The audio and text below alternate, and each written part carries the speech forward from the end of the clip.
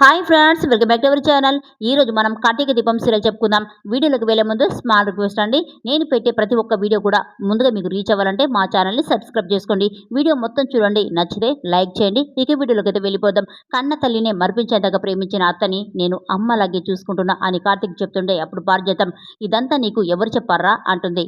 అప్పుడు కార్తీక్ తాతయ్య అంటాడు. ఇక శివనారాయణ నేను మనవడికే కాదు మనవరాలికి కూడా చెప్పాను అని చెప్తాడు. ఇక జ్యోత్స్న వీళ్ళందరి ప్రేమను చూస్తూ చాలా భయపడిపోతుంది. అంటే దీపనే అసలైన వారసురాలు అని బాబాకి నిజం తెలిసిపోయిందా ఏంటో అని చాలా టెన్షన్ పడుతూ ఉంటుంది. వీళ్ళందరూ కలిసి నన్ను జోకర్ని చేసేశారు అని మనసులో అనుకుంటుంది జ్యోత్స్న. తర్వాత కార్తీక్ సుమిత్ర దశరథల కోసం పూలదండలైతే తెప్పిస్తాడు. వాటిని మామయ్యకి అత్తయ్యకిచ్చి మార్చుకోమని చెప్తాడు కార్తీక్. అప్పుడు పారిజాతం రేయ్ నువ్వు అన్నంత పని చేసావు కదరా అంటుంది. ఇక దీప పారిజాతం గారు మా బావ అన్నాడు అంటే ఖచ్చితంగా చేస్తాడు అని చెప్తుంది. ఇక జ్యోత్స్న అవునవును మా బావ అన్నాడు అంటే ఖచ్చితంగా చేస్తాడు అంటూ వెటకారం చేస్తుంది. ఏంటి పదాలు కదలలేనట్టున్నాయి అంటూ తాతయ్య వెటకారం చేస్తాడు. తర్వాత కాంచన దీపని పసుపు కుంకుమ అక్షింతలు అన్ని కూడా తీసుకురమ్మని చెప్తుంది. ఇక దీప అయితే తీసుకొస్తుంది. తర్వాత కార్తీక్ మామయ్య మీరు దండలు మార్చుకునే ముందు భార్య గురించి ఒక మంచి మాట లేదా మీ మనసులో ఉన్న మాట అత్తయ్యకి చెప్పండి. అత్త నువ్వు కూడా అలాగే చెప్పాలి అని చెప్తాడు కార్తీక్. ఇక కాంచన వదిన ముందు నువ్వే చెప్పాలి అంటుంది. కానీ శ్రీధర్ ఏ బావ చెప్పకూడదా అని చెప్తాడు. ఇక కాంచన అది కాదండి లేడీస్ ఫస్ట్ అంటారు కదా అంటుంది. అప్పుడు శ్రీధర్ ఈసారి జెంట్స్ ఫాస్ట్ అని చెప్తాడు. ఇక దండలు మార్చుకునే ముందు సుమిత్ర తన మనసులోని మాట చెప్తుంది. మనిషి శరీరంలో ప్రాణం ఎక్కడుంది అంటే శరీరం అంతా ఉంటుంది అని అందరూ అంటారు. కానీ గుండె ఆగిపోతే ప్రాణం కూడా పోతుంది. నాకు తెలిసి ప్రాణం గుండెలోనే ఉంటుంది. గుండె ఉన్నా కూడా ప్రాణం పోతుంది. అదెప్పుడు తెలుసా? ఊపిరి ఆగిపోయినప్పుడు. అంటే ప్రాణం ఊపిరిలో ఉంటుంది. భార్యకి ఊపిరి భర్తే. భర్త ఓ కఠినమైన మాట అన్నాడు అంటే ఇక ఊపిరి కూడా ఆగిపోతుంది. అందుకే ఆ మాట అనేంత వరకు తీసుకురాను అని నేను నీకు మాటిస్తున్నాను అని భర్తకి మాటిస్తుంది సుమిత్ర. ఇక సుమిత్ర దశరథ మెల్లో ఆ పూలదండని వేసింది. అప్పుడు కార్తీక్ సూపర్ అత్త నీ మాట మావయ్య మనసు మీద సంతకం చేసినట్టే ఉంది అని సంబరపడతాడు. ఇక దీప అవునా అయితే ఈసారి మావయ్య కూడా అంతకంటే బలంగా చెప్తాడు అంటుంది. ఇక అందరు కూడా దశరథని చెప్పమని ఫోర్స్ చేస్తూ ఉంటారు. అప్పుడు దశరథ నేను మీ అత్తయ్యలాగా గుండె అని అది ఇది చెప్పను కానీ ఒక్కటి మాత్రం చెప్తాను. మరోసారి ఎప్పుడు కూడా తనని నేను మాటలతో కానీ చేతలతో కానీ అస్సలు బాధ పెట్టను. ఎందుకంటే కన్నీళ్ళ బరువు కార్చేవారికి కాదు మోసే వాళ్ళకి కూడా తెలుస్తుంది. 2 రోజులు నేను అలాంటి బరువునే మోసాను. ఇప్పుడు ఆ బరువుని దించేసుకున్నాను. కొంచెం నా మేనల్లుడి దగ్గర మరి కొంచెం నా భార్య దగ్గర నా బరువుని దించేసుకున్నాను. మరోసారి నిన్ను బాధ పెట్టను సుమిత్ర అంటూ భార్యకి మాటిస్తాడు దశరథ. ఇక సుమిత్ర మెల్లో ఆ పూల దండని వేస్తాడు దశరథ. ఇదంతా చూస్తూ జ్యోత్స్న తట్టుకోలేకపోతుంది. అప్పుడు పారిజాతం వచ్చి ఏంటే ఇలా పరాయిదన్లాగా పక్కన నిలబడ్డావు అంటుంది. అప్పుడు జ్యోత్స్న అవును గ్రాని నేను పరాయిదన్నే అంటూ ఫీల్ అయిపోతుంది. తర్వాత కార్తీక్ మామయ్య మీరిద్దరు కలిసి కేక్ కట్ చేసి ఒకరికొకరు తినిపించుకోండి అని చెప్తాడు.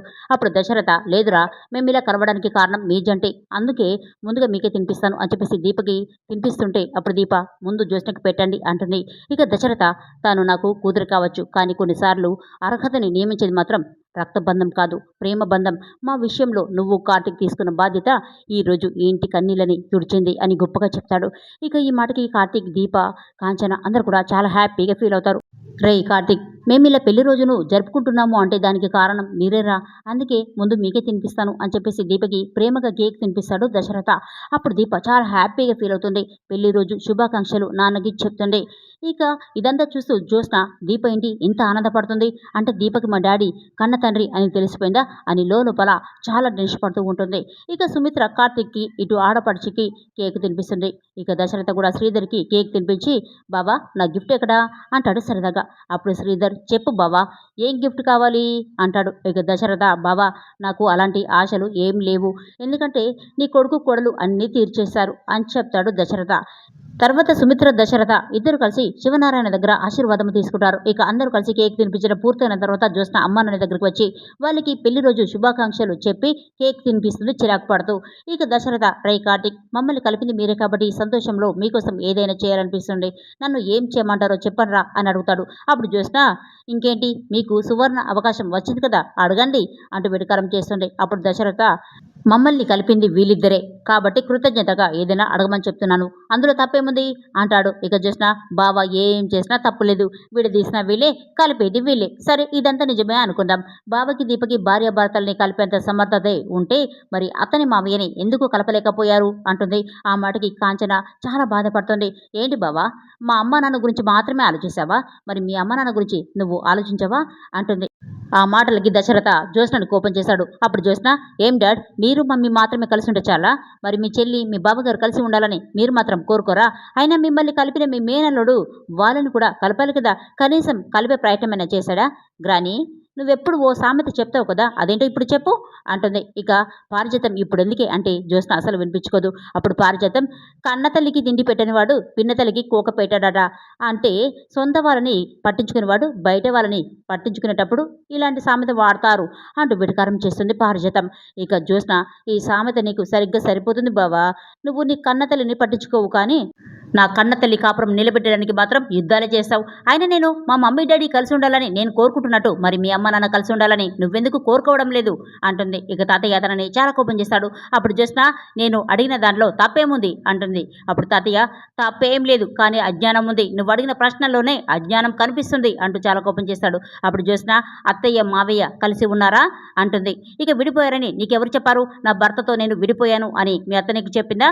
పోనీ నా భార్యతో నేను విడిపోయాను అని మీ మావయ్య నీకు చెప్పాడా అని కోపం చేస్తుండే. అప్పుడు జ్యోత్స్న, మరి వాళ్ళు కలిసి లేరు కదా అంటుంది. అప్పుడు శివనారాయణ, కార్తీక్ పెళ్లికి శ్రీధర్ ఒంటరిగా వచ్చాడా లేక భార్యతో వచ్చాడా? పోనీ సత్యనారాయణ స్వామి వ్రతానికి భార్యతో ఉన్నాడా లేక ఒంటరిగా ఉన్నాడా?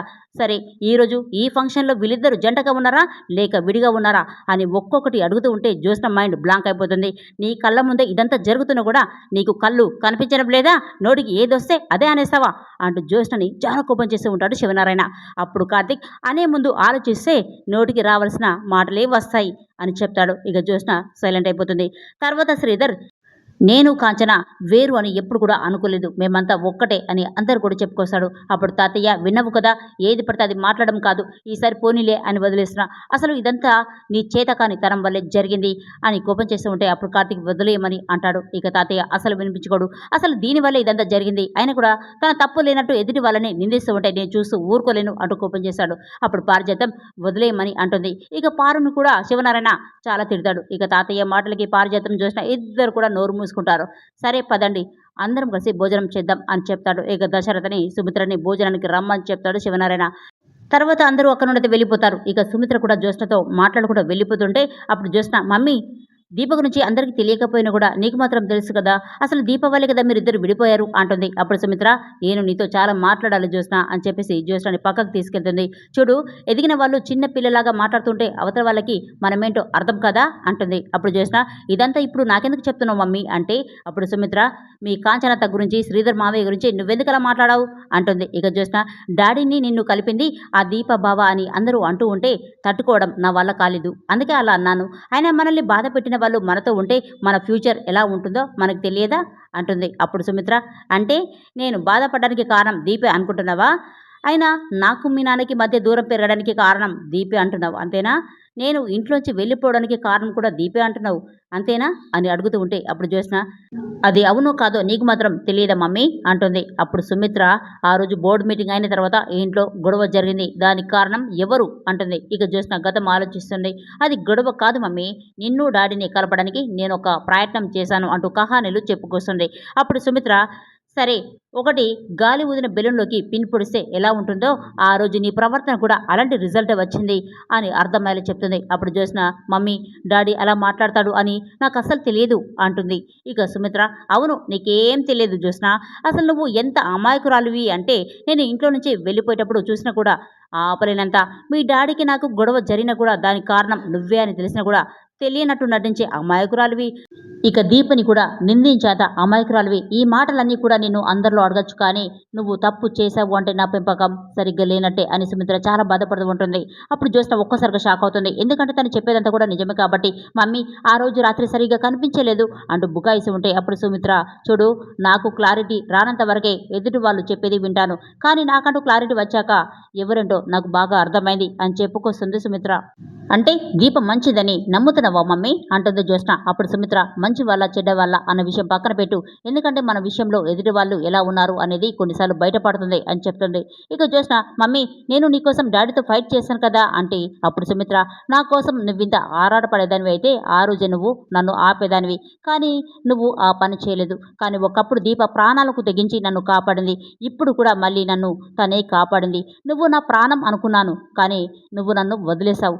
దీపని ద్వేషించాను, కానీ దీప నన్ను వదిలేయలేదు. ఇదే దీపకి నీకు ఉన్న తేడా అని చెప్పుకొస్తుంది. ఇక జ్యోత్స్న మమ్మీ బాబా దీప కలిసి నా మీద లేనిపోనివి చెప్పి నీ మనసుని మార్చేశారు, అందుకే నేను ఏం చెప్పినా కూడా తప్పుగా అనుకుంటున్నావు. కానీ ఆ రోజు ఏమైందంటే అని చెప్తుండగానే అప్పుడు సుమిత్ర చూడు నువ్వేం టెన్షన్ పడకు, నేను నిన్ను ఏం అనడం లేదు, ఏం అడగడం లేదు, నువ్వు అడిగిన ప్రశ్నకి నేను సమాధానం చెప్పాను, అసలు నువ్వేంటో నాకు తెలియదా అని గుండెలో సూది గుచ్చినట్టు జ్యోత్స్న గుండెని ముక్కలు చేస్తుండే. ఇక సుమిత్ర ఇచ్చిన షాక్కి జ్యోత్స్న సైలెంట్ అయిపోతుంది. ఇక సుమిత్ర అక్కడ నుండి వెళ్ళిపోతుంది. ఇదంతా విని పారిజాతం అక్కడికి వచ్చి షాక్ గట్టిగానే తగిలినట్టుంది కదా అంటూ వెటకారం చేస్తుండే. ఇక మొత్తం విన్నానే, ఇంతవరకు నీ మీద నాకు ఒక ఆశ ఉండేది, నువ్వు యువరానివై ఈ యావదాసి సొంతం చేసుకుంటావని ఆశ ఉండేది. కానీ మీ అమ్మ మాటలు విన్న తర్వాత నిన్ను తిట్టడం మానేసి నీకొక వార్నింగ్ ఇస్తున్నాను. ఎందుకంటే నువ్వు ఈ ఇంటి వారసురాలివి కాదు అని తెలిసిపోయే రోజు అతి తొందరలోనే ఉంది.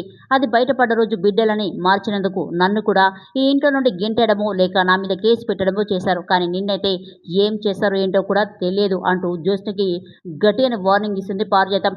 ఏదేమైనా కార్తీక్ అయితే చాలా బాగా చేశాడబ్బా. మరి మీకు కూడా ఈ వీడియో నచ్చినట్లయితే ప్లీజ్ లైక్ అండ్ సబ్స్క్రైబ్ చేసుకోవడం మర్చిపోకూడదు. Thanks for watching.